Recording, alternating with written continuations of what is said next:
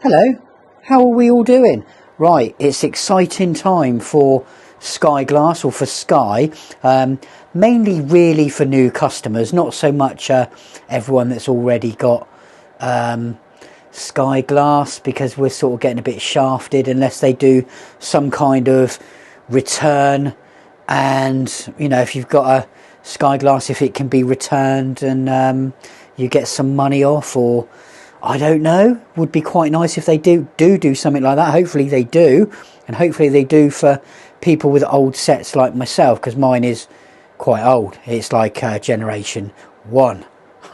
There obviously are some other generations of Skyglass. I can tell you this, that the current ones that come out, that you get now, that you buy now, are faster than this, because my other half's got one, it's probably 3 months old, 2 or 3 months old, something like that, and literally the voice commands are so snappy straight out of the TV. Now mine, terrible, not very good out of the TV, all right on the remote control. Sometimes mine has a hissy fit and just doesn't recognise any voice commands whatsoever from the remote control or the TV. But the new ones that are currently coming out, obviously they got slightly upgraded not speakers, microphones and other bits of stuff inside them. It's just how things are when they sort of carry on and go on. Sorry, I got an itchy eye. That's just how things are. But unfortunately, mine's quite slow. So when you give it the command to turn on, my one takes a little while. Now my missus, literally you get the line and boom, straight up, done, on, working, no problem at all. So newer ones slightly faster than the older ones, and hopefully the new Skyglass, I hear that it's going to be a 75-inch one, and that, if it's not too expensive, is what I'm going to be going for. So I think it will just about fit there. I think it should be all right. The bracket on the back, if it's not too much heavier than this one, which it shouldn't really be because it's only a few more inches bigger, that bracket is an absolute beast, and it's got some massive bolts in the wall, and the actual overall makeup of the bracket itself is really majorly heavy duty. It makes it so that you can, I've got it so you can, this bracket is pushed all the way to the back at the moment, but it can come out to about here. It can go over there, and it can actually spin the TV around so it's horizontal and then go back to vertical. It works really, really well. It's a good bracket. I've got a link in the description on my other videos. I'll see if I can put it down below as well, because I think it's one of the best brackets that you can get for this TV. It's so robust.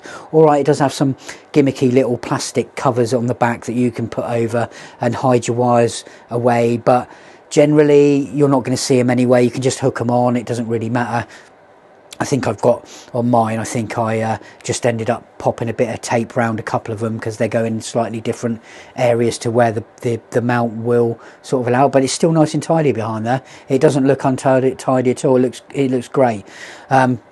Great mounting bracket. Hopefully a bigger TV will go on that absolutely fine, and yeah, I'm quite excited for the release of whatever they're going to say about Skyglass, and probably some Sky Streams. There's probably going to be some updated ones of them, which I guess you could probably switch your old one in for a new one. I can't really see much difference with them. Maybe they're going to go with built-in hard drives for the streams, and maybe for the glass. I don't really see much point of it, because everything's sort of on demand these days. I do find it a little bit annoying with the older films. You search through something and there you go, you've got to pay for it, which you pay for all these film and streaming services, but you still have to pay for some of the content, which I think is a bit sucky, because generally you're paying already a subscription. You should be allowed to watch it. It's just the way these big companies are making their extra little bit of money, isn't it? Yeah, so really annoyed with that. But that's just the way life is and the way things are today, and we can't really stop anything there. Other than that, maybe, I don't know what else that Sky would sort of announce on one of these sort of launch days. maybe a new service of some kind for Skyglass or Skystream, or maybe for SkyQ people. I don't think you're going to be around for too much longer, SkyQ. All the dishes and stuff, I think you're probably going to end up going, and I think everything's going to be internet based, for the simple reason is Sky's subscription or whatever it is to the satellite that's whizzing around up there, whichever satellites, that's all coming to an end.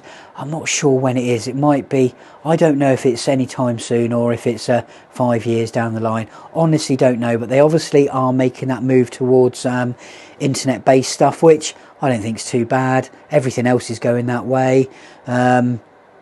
I think they've got to move with the times to sort of do that. It does allow anyone that's got a flat that can't have a dish outside to have Sky. I think it's a great idea sort of in that situation, because then you don't have to share a dish or any mumbo jumbo like that, and you won't get any of the distortion that you can get from weather. And not only that, I know that some car radar detectors actually completely block satellite dishes out. Only way I know is because had one on one of my cars, and every time I pulled in the drive and the engine was still on, this was still on, boom, no satellite at all. Anyone that had a satellite dish in my road, if I was driving down the road, that was it. You were not getting satellite reception until I was out of range or my car was turned off. It's just the way it is. So you wouldn't get any of that, and I just do think it's a good idea. I do think they need to move with the times, like I just said, because I think lovely Virgin Media, who I like to talk about, don't I? And all you people love to have a go at me about me hating Virgin Media, but I don't care what you think. I think they're going to get left behind. I know they got a TiVo, or they did have a TiVo system when I was with them many years ago. It was all right, it wasn't too bad. Probably one of the better experiences with their TV that I've had, because you had a good selection of everything there. There was a good old mashup of, it was a bit like what Skyglass is now, and that was a good 10 years at least ago, and it seemed to work then. Hopefully they've got something going like that already, and they've still got that going, and they sort of get on that, because they're going to have to, because there's not going to be any other way, sort of internet-y based stuff.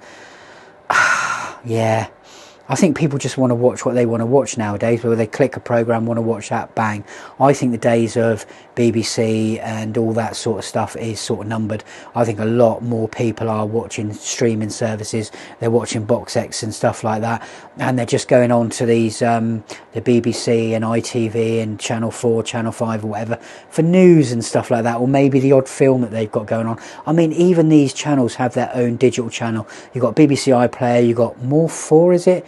The 4, you got ITVX, 5's got them. They've all got them, so it's all going to end up changing that way at some point. Mark my words. Maybe it'll be 5-10 years. I don't know. I reckon it's going to be within the next 5 years where everything TV stuff is going to be internet based, and that is why you're going to need fast internet, like I say. And I think that is why the British government are trying to get what are they called? City Fibre, to get everything not cabled really, because they go underground and they go overground. There's different ways, and I do think it's the best service with the upload and download exactly the same or thereabouts. That is what beats Virgin Media's coaxial or even their fibre, because their fibre upload is not the same as what their download is. They've always been like that. I don't know why. It must be the way their servers run. I honestly don't know. I really don't know. But uploading speed is just as important as download speed, because computers speak both ways. It's not just one way.